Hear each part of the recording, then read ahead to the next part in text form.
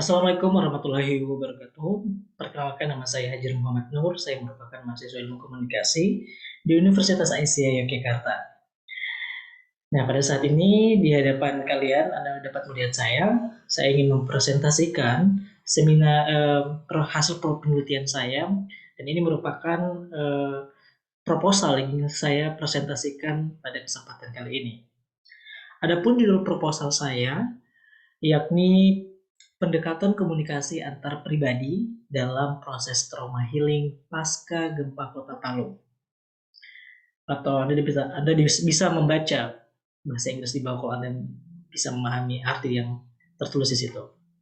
Baik, latar belakang dari penelitian saya ini. Pertama, kita ketahui sendiri di Indonesia dalam beberapa tahun terakhir itu dihebohkan dengan bencana alam seperti banjir, tanah longsor, gempa, dan tsunami. Nah, menurut Badan Penanggulangan Bencana Nasional atau BNPB, bencana alam adalah peristiwa atau rangkaian peristiwa yang mengancam dan mengganggu kehidupan dan penghidupan masyarakat yang disebabkan baik faktor alam maupun non-alam maupun faktor manusia, sehingga mengakibatkan timbulnya korban jiwa manusia, kerusakan lingkungan, kerugian harta benda, dan dampak psikologi. Nah, kalau kita ketahui sendiri, beberapa tahun belakang ini telah terjadi gempa di Sulawesi.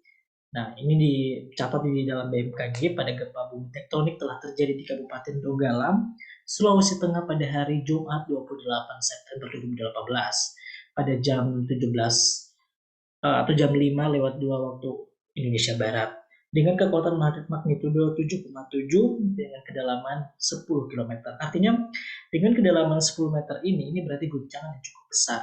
Sehingga dari dampak gempa ini yang berkekuatan 7,7 ini banyak menimbulkan dampak. Nah, dampaknya apa saja? Pertama yang dapat ditimbulkan adalah berupa dampak fisik, psikologi. Nah, dampak fisik, gempa berkekuatan 7,7 ini menimbulkan banyak dampak, di antara dampak fisik dan psikologi. Kembali saya ulang, dampak fisik ini menyebabkan kerusakan yang sangat parah berupa likuifasi atau tanah bergerak. Dari data yang saya dapatkan, tercatat di pemerintahan Sulawesi Tengah setidaknya rumah rusak ringan itu sekitar 22.820. Sedangkan rusak sedang 18.892 dan jumlah rusak berat 24.739. Artinya memang lebih banyak rumah rusak berat ya, sekitar 24.739. Ini terbagi dari 3 kabupaten dan 1 kota Made, yaitu Kota Palu. Juga banyak korban jiwa, setidaknya ada 2.227 korban yang tewas. Nah, ini baru dampak kerusakan. Bagaimana dengan dampak yang lainnya? Dampak fisik yang lainnya berupa dari kesehatan dan juga dari pendidikan. Nah, dari data Kemenkes, Direktorat Promosi Kesehatan dan Pemberdayaan Masyarakat, mereka menemukan adanya masalah kesehatan seperti diare, ispa, hipertensi, dan penyakit kulit. Juga masalah pendidikan dari data United Nations International Children's Emergency Fund atau UNICEF, lebih dari 1.500 sekolah rusak dan menyebabkan 184.000 pelajar tidak bisa belajar. Oke, kita lanjut. Adapun dampak psikologi. Nah, ini yang paling penting yang menjadi melatar belakangi hasil penelitian saya, karena ini dampak yang sangat-sangat serius yang dialami oleh korban bencana tersebut. Berupa pengalaman traumatis yang biasa berdampak munculnya gangguan stres pasca trauma atau stres pasca trauma, terutama pada anak-anak dan remaja. Ini ditulis dalam jurnal Syamsuddin pada tahun 2019. Resiko ini muncul terhadap kelompok yang paling rentan. Siapa yang paling rentan? Ya betul, anak-anak. Karena anak-anak secara uh, mental ya, mereka tuh mengalami, merasakan, menyaksikan dampak yang ditimbulkan akibat faktor usia yang masih belum matang secara pertumbuhan psikologi. Olehnya, ini menjadi pusat perhatian yang sangat intens karena dampaknya pada kesehatan mental anak-anak. Trauma yang dialami korban pasca gempa ini berdampak pada efek yang sangat serius. Dari hasil penelitian Fitli Erlin dan Isu Yuan Rasari pada tahun 2020, bahwa dampak yang muncul adalah gangguan stres pasca trauma atau PTSD, Post Traumatic Stress Disorder atau Acute Stress Reaction. Gejala kecemasan yang terjadi setelah seorang telah terkena peristiwa traumatis yang mengakibatkan perasaan ngeri, tidak akan berdaya, atau takut. Gangguan emosional tersebut menjadi 3 gejala pokok, yakni mengalami kembali atau re-expression, keinginan untuk menghindari semua stimulus yang berhubungan dengan peristiwa traumatis atau avoidance, dan meningkatkan kesadaran yang berlebihan atau arousal yang dialami secara kurun waktu 1 bulan atau lebih.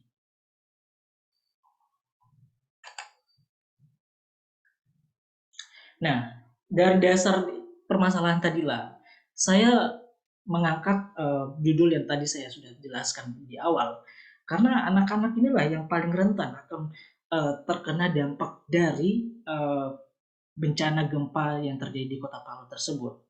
Kenapa saya memilih anak-anak? Ya, pertama karena anak-anak adalah yang sudah dijelaskan tadi, mereka adalah anak-anak yang sangat mudah menyimpan rasa traumanya di dalam diri mereka, di mana mereka juga sulit untuk bercerita bagaimana keadaan yang mereka rasakan. Bahkan ketika mereka mengingat suatu bencana, mereka akan mengingat sampai di long memori mereka, dan itu berdampak buruk jika tidak ditangani secara langsung. Nah, jika berdampak buruk, berarti kan harus ada nih metode yang ditawarkan. Metode yang dilakukan dalam penelitian saya ini berupa penanganan trauma healing, sebagaimana dalam judul penelitian saya. Nah, trauma healing adalah suatu tindakan yang dilakukan untuk membantu orang lain untuk mengurangi, bahkan menghilangkan gangguan psikologi yang sedang dialami, yang diakibatkan shock dan trauma.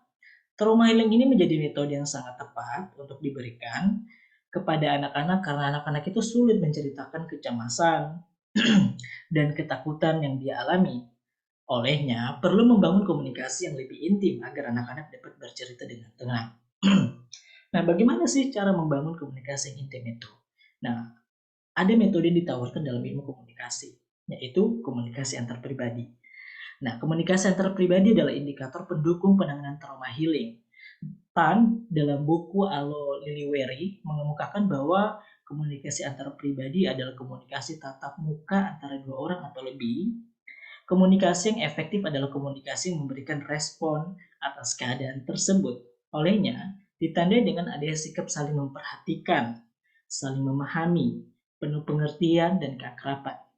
Dari sini sudah menjawab bagaimana komunikasi antar pribadi itu bisa mendukung metode dari trauma healing ini, sehingga anak-anak itu merasa tenang karena di sini komunikasi antar pribadi adalah salah satu indikator di mana dia menjadi pendukung dalam metode trauma healing, karena ini bersifat untuk bercerita tatap muka 2 orang secara langsung.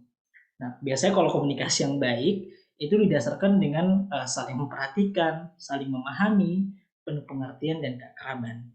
Nanti kalau sudah terjalin keakraban yang baik, akan tercipta juga suasana yang lebih baik. Baik, itu ya latar belakang penelitian saya. Kita ke rumusan masalah. Rumusan masalah yang saya tuliskan di dalam proposal saya. Pertama, bagaimana metode trauma healing dan negosiasi wajah melalui pendekatan komunikasi antara pribadi bekerja dalam penanganan trauma bagi anak-anak korban gempa dan tsunami Kota Palu. Nah, bagaimana? Kemudian, tujuan penelitian saya, pertama, mengetahui seperti apa penanganan melalui metode trauma healing dan negosiasi wajah melalui pendekatan komunikasi antar pribadi bagi anak-anak korban gempa dan tsunami Kota Palu. Kemudian selanjutnya manfaat penelitian, pertama bagi instansi, kedua bagi akademisi dan juga bagi peneliti. Oke, landasan teori. Kenapa tadi saya di rumusan masalah saya tadi menyebutkan negosiasi wajah? Apa hubungannya? Di sini saya akan menjelaskan bagaimana negosiasi wajah ini juga membantu begitu bagaimana komunikasi antar pribadi yang didukung dengan metode trauma healing itu bisa bekerja dengan sangat-sangat baik apabila ada juga keterlibatan negosiasi wajah ketika melakukan trauma healing. Nah, di sini ada 3 landasan teori yang saya gunakan. Pertama, komunikasi antar pribadi, kemudian negosiasi wajah, kemudian komunikasi terapeutik. Yang di basicnya memang sangat-sangat komunikasi. Kemudian di sini saya akan menjelaskan pertama komunikasi antar pribadi. Tadi sudah saya jelaskan juga di awal, tapi tidak mengapa. Komunikasi antar pribadi atau interpersonal communication adalah komunikasi antar orang dan orang secara tatap muka atau bisa dikatakan 2 orang yang memungkinkan setiap pesertanya menangkap reaksi orang lain secara langsung, baik secara verbal maupun non-verbal, dalam menyampaikan ide, pesan, untuk membina hubungan timbal balik dalam menyampaikan informasi. Ini dikutip dalam penelitian Mulyana pada tahun 2013 di halaman 80. Kemudian, di negosiasi wajah. Face negotiation theory adalah teori pertama yang diusulkan oleh Brown and Levinson pada tahun 1978 untuk memahami bagaimana orang-orang dari budaya yang berbeda mengelola hubungan dan perbedaan pendapat. Teori ini berpendapat mengenai wajah atau citra diri sebagai fenomena universal yang meliputi seluruh budaya. Dalam konflik, wajah seseorang yang terancam cenderung menyimpan atau mengembalikan wajahnya atau mempalingkan wajahnya. Setiap perilaku komunikatif ini, menurut teori ini disebut dengan face word. Setiap orang memaknai wajah dan memperlakukan face word berbeda dari satu budaya ke budaya berikutnya. Teori ini menimbulkan kerangka budaya yang umum untuk memeriksa negosiasi face word. Ini dalam penelitiannya Madumayanti Sari 2017 di halaman 3. Nah, apa itu face word? Face word adalah perilaku komunikasi yang digunakan orang untuk membangun, melindungi wajah mereka sendiri dan untuk melindungi, membangun, mengancam wajah orang lain juga. Ini dalam tulisan Hibatullah, maaf ini maksud saya ini 2020 ya, penelitiannya pada tahun 2020. Oke, nah ini komunikasi terapeutik. Nah, menurut Yubiliana 2017, komunikasi terapeutik adalah komunikasi yang terjalin dengan baik, komunikatif dan bertujuan untuk menyembuhkan atau setidaknya dapat melegakan serta dapat membuat pasien merasa nyaman dan akhirnya mendapatkan kepuasan. Komunikasi terapeutik dapat digunakan sebagai terapi untuk menurunkan tingkat kecemasan pasien atau meningkatkan rasa percaya diri pasien terhadap perawatnya.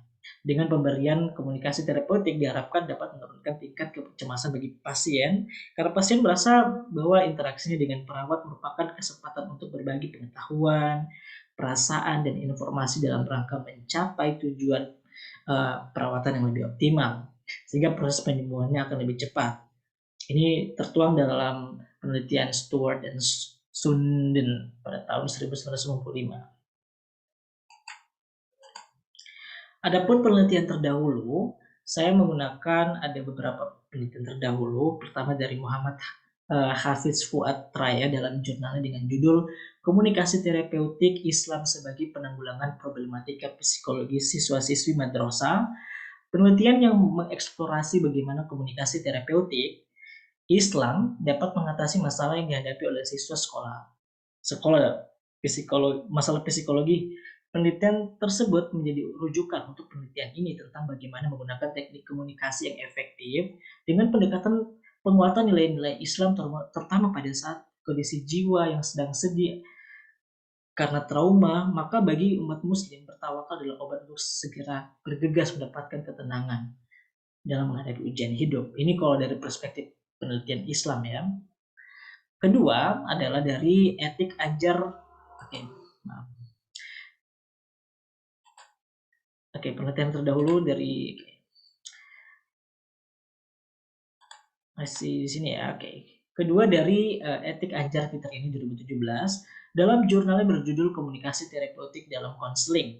Studi deskriptif kualitatif tahapan komunikasi terapeutik dalam pemulihan trauma korban kekerasan terhadap istri di Rifka Anissa Women's Crisis Center Yogyakarta. Penelitian yang menggunakan metode deskriptif kualitatif, informan penelitian adalah konselor psikologi yang dipilih oleh purposive sampling. Oke. Kemudian ada Madumayanti Sari yang tadi sudah memberikan pemaparan teorinya juga, jadi saya juga mengambil penelitian terdahulu dari dia. Dalam jurnal yang berjudul Komunikasi Antar Budaya Studi Negosiasi Wajah dalam Interaksi Etnik Batak dan Etnik Minang di Duri Kelurahan Gajah Sakti, Kecamatan Mandau, Kabupaten Bengkalis. Pengaruh negosiasi wajah dalam memahami menyampaikan keadaan emosi seseorang yang mengamatinya. Ekspresi wajah merupakan salah satu cara yang paling penting dalam menyampaikan pesan sosial dalam berinteraksi sehari-hari. Dalam penelitian tersebut menjadi rujukan dalam penelitian ini. Bentuk facework etnik Batak dengan etnik Minang di kota Duri Kelurahan Gajah Sakti memperlihatkan adanya bentuk negosiasi wajah dalam interaksi kehidupan sehari-hari, yaitu dalam faceworknya melalui strategi verbal dan nonverbal, yaitu bahasa, kebiasaan, dan juga nilai-nilai sosial etnik Batak dan Minang dalam kesehariannya. Lalu ada penelitian dari Syamsuddin pada tahun 2019. Nah, penelitian Syamsuddin ini berjudul mengenai pemulihan trauma anak-anak korban gempa Palu melalui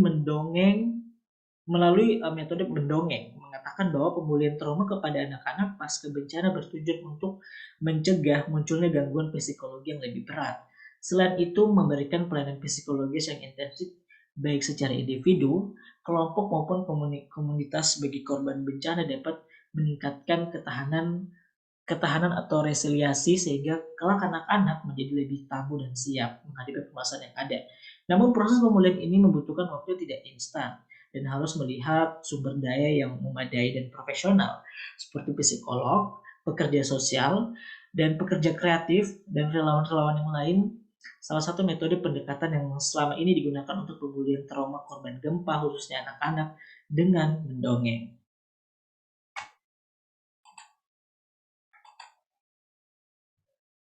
Oke, kita bukan kembali lagi ya, tapi ke slide berikutnya yaitu metode penelitian. Metode penelitian saya ini adalah dengan pendekatan deskriptif kualitatif. Penggunaan pendekatan ini bertujuan untuk mendeskriptifkan perilaku orang, peristiwa lapangan, serta kegiatan-kegiatan tertentu secara terperinci dan mendalam. Adapun yang dimaksud dengan penelitian deskriptif yaitu suatu penelitian untuk menggambarkan suatu variabel yang berkenaan dengan masalah yang diteliti tanpa mempersoalkan hubungan antar variabel. Pendekatan penelitian ini adalah pendekatan deskriptif kualitatif yang berlandaskan fenomenologis, dan fenomenologis adalah fenomena-fenomena yang terjadi atau realita yang ada di lapangan penelitian yang berkaitan dengan pendekatan komunikasi antar pribadi dalam proses trauma healing pasca gempa Kota Palu.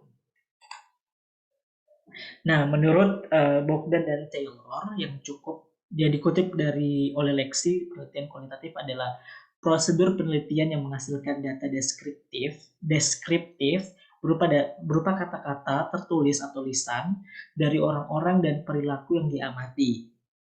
Nah, adapun rancangan penelitian dari tesis ini maksud saya ini adalah skripsi. Ini adalah pertama adalah menentukan tema dan tempat yang digunakan untuk melakukan penelitian. Selanjutnya penulis melakukan studi pendahuluan di 3 kecamatan di Kota Palu, yakni di Palu Barat, Palu Timur, dan Palu Selatan. Untuk mendapatkan informasi yang akurat, menentukan informasi dan metode-metode yang digunakan untuk menggali data yang diperlukan dalam skripsi ini. Di antaranya adalah menggunakan metode wawancara, observasi, dan dokumentasi. Setelah seluruh data terkumpul, untuk selanjutnya diidentifikasi, dan yang terakhir menyajikan data dari hasil penelitian di 3 kecamatan yang ada di Kota Palu. Kemudian metode pengambilan sampel. Pertama, pengambilan sampel di daerah. Nah, penelitian ini dilakukan di Kota Palu karena saya mengambil di daerah sini karena memang di sini tempat daerah saya itu yang pertama. Kedua, secara kebencanaan memang di sini tuh cukup parah dan menjadi pusat perhatian dunia. Oleh saya tertarik untuk meneliti di sini. Nah, olehnya dalam penelitian ini dilakukan di Kota Palu karena jumlah pengungsi pada saat itu dan juga korban jiwa dari data Satuan Satgas Penanganan Bencana di Korem 132 Tadulako Jumlah pengungsi yang tersebar di seluruh Sulawesi Tengah mencapai 48.025 jiwa. Mereka tersebar di 94 posko pengungsian. Sehingga dari data di atas, peneliti atau saya sendiri itu berfokus melakukan pengambilan data yang berpusat di Kota Palu karena banyak jumlah pengungsi dibandingkan di daerah lain. Oke, kita next. Kedua, sampel di kecamatan dan kelurahan. Pengambilan sampel kecamatan menggunakan sampel random sampling. Setelah dilakukan, maksud saya, pemilihan secara acak, maka didapatkan 3 kecamatan, yaitu Kecamatan Palu Barat, Selatan, dan Utara. Di mana 3 perwakilan tempat dari masing-masing kecamatan, yakni di Palu Barat untuk daerah Palu Barat itu berada di Balaroa yang sudah saya tentukan, juga Petobo, Palu Selatan, dan Mamboro, Palu Utara. Kenapa 3 daerah ini? Kenapa 3 daerah ini saja? Kenapa saya mengambil 3 daerah ini? Karena pertama penjelasannya adalah bahwa tiga daerah ini adalah merupakan titik zona merah dari parahnya terjadinya bencana gempa pada saat itu. Dan ini biasanya kita kalau dari pemerintahan Kota Palu itu disebut dengan Palu Koro. Palu Koro itu di mana titik-titik tempat pusatnya gempa. Jadi makanya ada beberapa titik itu, misalnya kalau di Petobo itu tanah yang bergerak, terus di Balaroa itu ya, sama juga likuifasi, rumah ambruk ke bawah. Juga di Mamboro itu ada tsunami begitu. Juga sampel responden, teknik pengambilan sampel responden dilakukan dengan cara simple random sampling. Setiap kecamatan diambil 20 responden sehingga diperoleh 60 responden dari 3 kecamatan. Jadi begitu. Kemudian metode pengumpulan data. Metode pengumpulan data ditujukannya untuk menjawab pertanyaan dan tujuan yang telah ditentukan. Untuk itu teknik pengambilan data yang dilakukan adalah observasi, wawancara, dan pencatatan. Nah, teknik wawancara yang mendalam merupakan teknik pengumpulan data yang dilakukan oleh peneliti dengan melakukan penyebaran kuesioner secara online kepada responden menggunakan daftar pertanyaan yang telah dipersiapkan terlebih dahulu. Kemudian kedua, teknik pencatatan merupakan teknik pengumpulan data dengan cara mencatat semua data dari instansi terkait ataupun hasil wawancara penting untuk berkaitan dengan penelitian ini. Kemudian teknik observasi adalah teknik pengumpulan data di mana peneliti melakukan pengamatan langsung untuk kegiatan yang dilakukan. Metode ini dikatakan jitu karena hasil yang diperoleh lebih akurat karena temuan yang diperoleh berdasarkan hasil pantauan secara langsung terhadap objek yang diteliti. Kemudian subjek dan objek penelitian. Nah, subjek penelitian adalah sumber-sumber yang memungkinkan untuk memperoleh keterangan penelitian berupa informasi atau data. Untuk mencari informasi sebanyak mungkin, maka penulis mengambil data dari berbagai sumber dengan tujuan untuk mendapatkan informasi yang cukup dan berkaitan dengan tujuan penelitian ini, yakni mengambil sampel yang bertujuan atau purposive sample. Adapun yang dijadikan subjek penelitian adalah sebagai berikut. Pertama, relawan psikososial. Kedua, anak-anak di 3 kecamatan di Palu Barat. Dan yang terakhir adalah organisasi yang terlibat dalam pemberian layanan psikososial. Oke, di sini saya belum jelaskan kenapa saya memilih relawan psikososial. Kenapa relawan psikososial? Karena pertama kita pertama di data di penelitian saya ini berbicara tentang bagaimana trauma healing. Trauma healing tidak sembarang orang dapat melakukan pemberian trauma healing kepada anak-anak karena butuh orang-orang yang ahli atau yang sudah berpengalaman dalam penanganan trauma healing. Nah, biasanya adalah relawan-relawan psikososial ini adalah orang ahli di bidang psikologi. Biasanya mereka seorang konselor atau seorang psikolog atau bahkan dokter jiwa. Mereka dan siapapun yang sudah berpengalaman di bidang psikososial. Kemudian anak-anak di 3 kecamatan Palu Barat adalah korban dari korban dari trauma healing pasca bencana Kota Palu ini. Juga organisasi yang terlibat dalam pemberian layanan psikososial. Kenapa organisasi? Ya pertama karena begini, banyaknya organisasi yang maksudnya banyak sekali bidang kemanusiaan yang banyak membantu layanan psikososial. Kami memberikan pengerucutan organisasi-organisasi apa saja yang memang terlibat secara resmi dalam pemberian layanan psikososial gitu. Oke, jenis data. Jenis datanya ini ada dua, itu data primer dan data sekunder. Data primer ini peneliti memperoleh data yang secara langsung dari responden melalui pertanyaan dan jawaban dalam wawancara yang telah dipersiapkan oleh peneliti.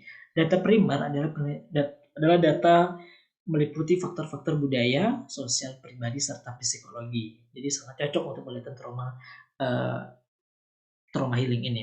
Kemudian data sekunder diperoleh dari buku, catatan, penelitian atau dokumen-dokumen yang dikumpulkan untuk mendukung data primer.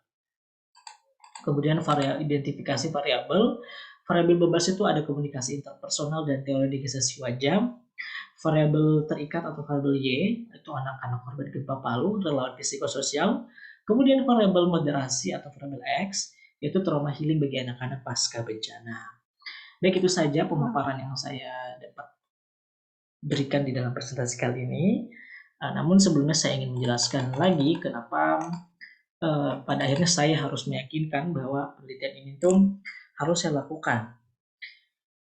Pertama, pendekatan komunikasi ya. Lagi-lagi kembali ke judul, pendekatan komunikasi antar pribadi dalam proses trauma healing pasca gempa Kota Palu. Nah, kita ketahui sendiri tadi dari latar belakang saya, kita dapat melihat bahwa Kota Palu itu Kota Palu ada daerah patahan, di mana daerah patahan ini terjadilah bencana yang cukup besar jika terjadi bencana di situ ya. Dan juga dan itu benar, itu terjadi gempa pada 28 September 2018 lalu dengan kekuatan 7,7 saja dengan kedalaman 10 km itu sudah membuat banyak korban jiwa, membuat banyak kerusakan, serta ini berdampak bagi korban-korbannya.